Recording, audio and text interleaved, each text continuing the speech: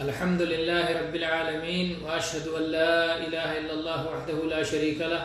وأشهد أن محمدا عبده ورسوله أما بعد میرے بھائیوں، جیسا کہ آپ جانتے ہیں کہ نبی کریم صلی اللہ علیہ وسلم سے ثابت دعائیں اور دعاؤں کے فضائل و مسائل سے متعلق دروس کا سلسلہ ہے، جس میں امام نووی رحمہ اللہ کی معروف کتاب ریاض الصالحین کی کتاب الدعوات کو اختیار کیا گیا ہے۔ اس میں آج ہم انشاءاللہ خلیفہ اول اور نبی کریم صلی اللہ علیہ وسلم کے سب سے محبوب یار غار ابو بکر صدیق رضی اللہ عنہ کی ایک حدیث پڑھیں گے کہ جو آپ کے سامنے آ رہی ہے۔ حدیث کے الفاظ اس طرح ہیں: وعن ابی بکر الصدیق رضی اللہ عنہ انہ قال لرسول اللہ صلی اللہ علیہ وسلم علمنی دعاء ادعو به فی صلاتي قال قل اللهم انی ظلمت نفسی ظلما کثیرا ولا یغفر الذنوب الا انت فاغفر لی مغفرة من عندک وارحمنی انک انت الغفور الرحیم۔ متفق علیہ۔ یہ حدیث متفق علیہ ہے، صحیح بخاری اور صحیح مسلم کی، اور ابو بکر صدیق رضی اللہ عنہ کی حدیث ہے۔ ابو بکر صدیق رضی اللہ عنہ کے فضائل معروف ہیں۔ نبی کریم صلی اللہ علیہ وسلم کے ہمیشہ دوست رہے، نبوت سے پہلے بھی، نبوت کے بعد بھی، زندگی میں بھی، بلکہ وفات کے بعد بھی آپ کے پہلو میں لیٹے ہوئے ہیں۔ نبی کریم صلی اللہ علیہ وسلم کے جو ہے مسجد کے بغل میں آپ کا مکان، اور نبی کریم صلی اللہ علیہ وسلم کی سب سے چہیتی بیوی ابو بکر صدیق رضی اللہ عنہ کی بیٹی عائشہ صدیقہ رضی اللہ عنہ کے کمرے میں نبی کریم صلی اللہ علیہ وسلم کے پہلو میں ابو بکر صدیق رضی اللہ عنہ بھی مدفون ہیں۔ تو ان کے فضائل بہت زیادہ ہیں اور وہ ایک مستقل مضمون ہے۔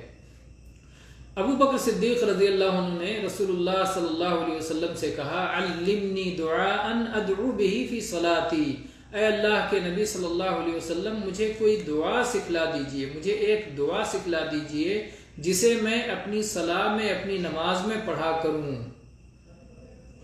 دیکھیں ابو بکر صدیق رضی اللہ عنہ کا شوق، علم حاصل کرنے کا شوق، اور دعا جس میں آزادی ہے کہ آدمی اپنے الفاظ میں کچھ بھی کہہ سکتا ہے، لیکن نبی کریم صلی اللہ علیہ وسلم سے اس کو بھی سیکھنا چاہتے ہیں۔ اتباع سنت کا زبردست جذبہ اور یہ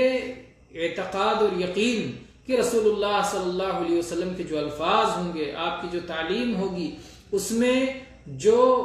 عظمت ہوگی، اس میں جو شان ہوگی، ظاہر بات ہے وہ اپنے الفاظ میں نہیں ہو سکتی ہے۔ اس لیے ابو بکر صدیق رضی اللہ عنہ نے نبی کریم صلی اللہ علیہ وسلم سے پوچھا، تو پوچھنے والے کا مرتبہ سامنے رکھیں۔ کس سے پوچھا گیا؟ نبی کریم آخری نبی رحمت عالم صلی اللہ علیہ وسلم سے، تو اس دعا کا مقام و مرتبہ آپ کے سامنے آ جائے گا۔ تو ابو بکر صدیق رضی اللہ عنہ نے کہا مجھے ایک دعا سکھلا دیجئے جسے میں اپنی صلات میں،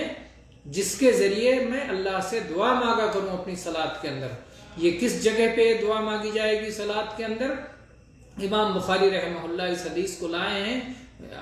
باب الدعاء قبل السلام، سلام پھیرنے سے پہلے جن دعاؤں کا ذکر کیا ہے اس میں سے ایک دعا یہ ذکر کیا ہے۔ گویا امام بخاری رحمہ اللہ نے اس بات کو راجح قرار دیا ہے کہ سلام پھیرنے سے پہلے تشہد میں تحیات اور درود کے بعد اس دعا کو پڑھا جائے، اور جبکہ حدیث کے الفاظ عام ہیں اور سوال بھی ابو بکر صدیق رضی اللہ عنہ کا عام ہے، اور دعا کے بہت سارے مقامات ہیں صلاح کے اندر۔ صلاح میں نبی کریم صلی اللہ علیہ وسلم سے کئی جگہ دعائیں ثابت ہیں، لیکن آپ نے جس جگہ دعا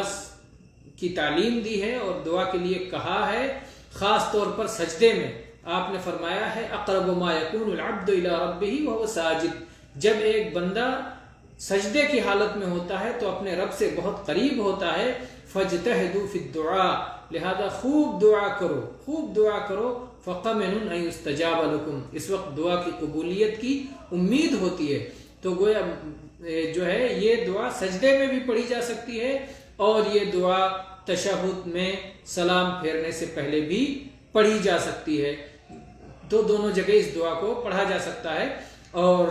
کیونکہ نبی کریم صلی اللہ علیہ وسلم نے جب تحیات سکھلایا اور جب آپ نے درود سکھلایا اور آپ نے فرمایا اس کے بعد فَلْيَتَخَيَّرْ مِنَ الدُّعَاءِ مَا شَاءَ، پھر آدمی جو چاہے دعا کر لے۔ اور جب اللہ کے نبی صلی اللہ علیہ وسلم نے اس طرح کے آپ نے دعا کا عام حکم دیا تو ابو بکر صدیق رضی اللہ عنہ نے پوچھا کہ اللہ کے نبی صلی اللہ علیہ وسلم مجھے ایک دعا کی تعلیم دے دیجئے جسے میں پڑھا کروں۔ اس موقع پر اللہ کے نبی صلی اللہ علیہ وسلم نے ان سے کہا کہ کہا کرو اللہم انی ظلمت نفسی ظلما کثیرا، اللہم اے اللہ انی ظلمت نفسی، میں نے اپنی جان پہ ظلم کیا ہے، ظلما کثیرا، بہت زیادہ ظلم کیا ہے، میں نے اپنی جان پہ ظلم کیا ہے، بہت زیادہ ظلم کیا ہے۔ کسی پر ظلم کیسے ہو سکتا ہے؟ جان پر، جان یہ اللہ کی امانت ہے جو اللہ نے ہمیں عطا فرمائی ہے۔ جب کسی پر ظلم ہوتا ہے یا تو اس کا حق اسے نہ دیا جائے، حق میں فرض میں کوئی کوتاہی کی جائے، یا کسی حرام کا ارتکاب کیا جائے، تو حرام کا ارتکاب ہو یا فرائض میں کوتاہی ہو تو یہ ظلم ہوتا ہے۔ اور یہ دعا جو جن کو اللہ کے نبی صلی اللہ علیہ وسلم سکھا رہے ہیں اس امت کے صدیق ہیں، جو انبیاء کے بعد سب سے افضل ترین شخص ہیں، وہ کہہ رہے ہیں، اللہ کے نبی صلی اللہ علیہ وسلم ان سے کہہ رہے ہیں کہ اللہ سے کہو کہ اللہ میں نے اپنی جان پر بہت زیادہ ظلم کیا ہے۔ یعنی کوئی صدیق کے بھی مرتبے پہ پہنچ جائے تو وہ بھی ظلم سے خالی نہیں رہتا، کیونکہ اللہ تعالیٰ کی انعامات بے حد و حساب ہیں، اور ان انعامات کا ہم شکر نہیں ادا کر سکتے، بلکہ شکر اگر ہم نے کیا تو یہ بھی اللہ کی توفیق ہے جس پر ہمیں شکر کرنا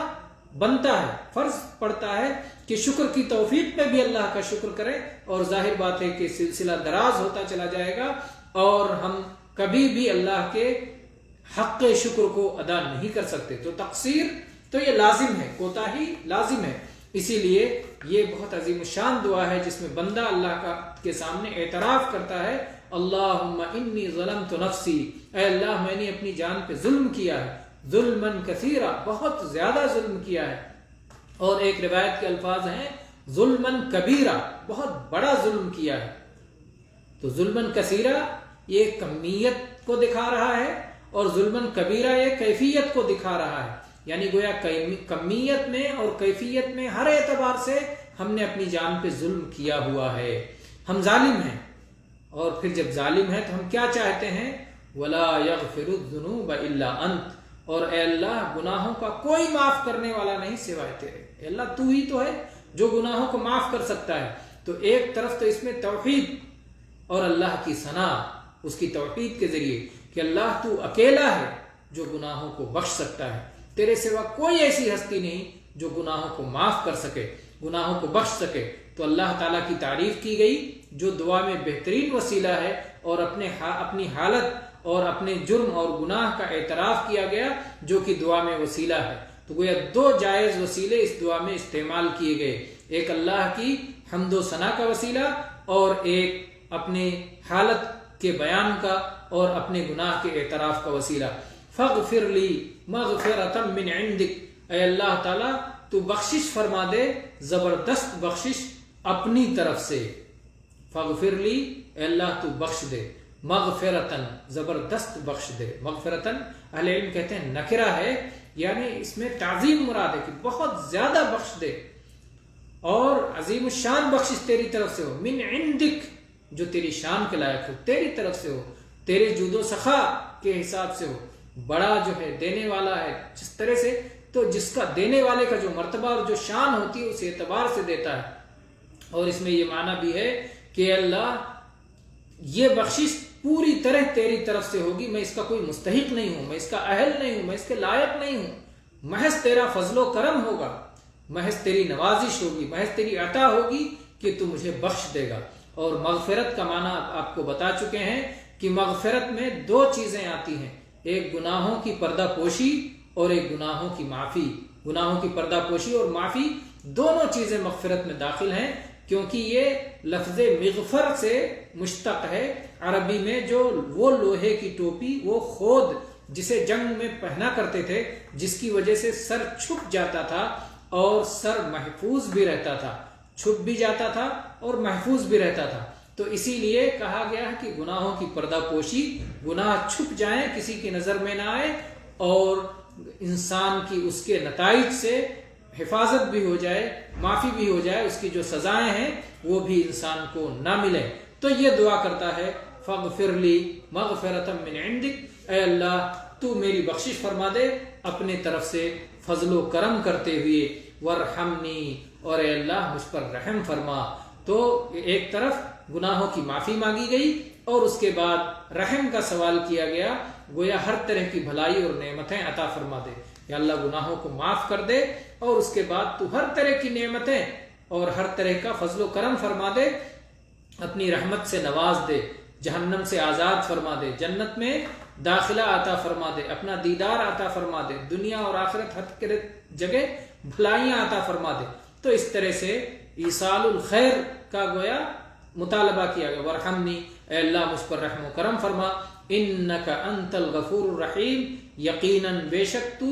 نہایت بخشنے والا، بہت زیادہ بخشنے والا اور بہت زیادہ رحم کرنے والا ہے۔ یہاں پر اللہ کے دو نام الغفور الرحیم، یہ دو نام ذکر کیے گئے جو سوال کے مطابق تھے۔ مغفرت طلب کی گئی تو غفور کا واسطہ لیا گیا، رحمت طلب کی گئی تو رحیم کا واسطہ لیا گیا۔ تو دعاؤں میں جو دعا بندہ اللہ سے مانگ رہا ہو اسی کے مناسب اسم، اسی کے مناسب اللہ کا نام لے کر کے اللہ سے دعا مانگنا یہ سنت طریقہ ہے اور ادب کا صحیح طریقہ ہے۔ تو یہاں پر بندہ دعا مانگتا ہے اللہم انی ظلمت نفسی ظلما کثیرا ولا یغفر الذنوب الا انت فاغفر لی مغفرۃ من عندک وارحمنی انک انت الغفور الرحیم، اے اللہ میں نے اپنی جان پر بڑا ظلم کیا ہے اور گناہ کو تیرے سوا کوئی بخش نہیں سکتا، اے اللہ تو اپنی جانب سے بہت زیادہ مجھے بخشش عطا فرما دے اپنے فضل و کرم سے، اور تو مجھ پر رحم فرما، یقیناً تو بہت بڑا بخشنے والا اور بہت بڑا مہربان ہے۔ یہ عظیم شان دعا ہے جسے کبھی سجدے میں پڑھنا چاہیے اور کبھی سلام سے پہلے پڑھنا چاہیے، تشہد کی حالت میں پڑھنا چاہیے، اور اس دعا کی شان کو یاد رکھنا چاہیے کہ اسے نبی آخر الزمان رحمت عالم صلی اللہ علیہ وسلم نے اپنے یار غار، اپنے سب سے محبوب خلیفہ اول اور جو ہے ابو بکر صدیق رضی اللہ عنہ کو تعلیم فرمائی ہے۔ تو اس دعا کی اہمیت بھی سمجھ رکھنا چاہیے، اور ظلمن کثیرن کبھی پڑھنا چاہیے، کبھی ظلمن کبیرن پڑھنا چاہیے۔ ظلمن کبیرن کثیرن دونوں کو ایک ساتھ جمع نہیں کرنا چاہیے، کیونکہ دونوں ایک ساتھ جمع ہو کر کے حدیث میں نہیں آئی ہے، بلکہ الگ الگ روایت آئی ہے۔ تو کبھی ظلمن کثیرن پڑھ لینا چاہیے، کبھی ظلمن کبیرن پڑھ لینا چاہیے، تاکہ نبی کریم صلی اللہ علیہ وسلم نے جو لفظ سکھایا ہو وہ لفظ ہماری دعا میں کبھی نہ کبھی آ جائے۔ اب جب ہم دونوں لفظ کے ساتھ پڑھ لیں گے تو یقینی طور پر وہ لفظ آ جائے گا کہ جس لفظ کے ساتھ نبی کریم صلی اللہ علیہ وسلم نے تعلیم دی تھی۔ تو آج کی دعا رہی ابو بکر صدیق رضی اللہ عنہ کی دعا، جو کہ سلام پھیرنے سے پہلے یا سجدے کی حالت میں پڑھی جانی چاہیے۔ اللہم انی ظلمت نفسی ظلما کثیرا ولا یغفر الذنوب الا انت فاغفر لی مغفرۃ من عندک وارحمنی انک انت الغفور الرحیم۔ وآخر دعوانا الحمد للہ رب العالمین وصلی اللہ علی نبینا وسلم۔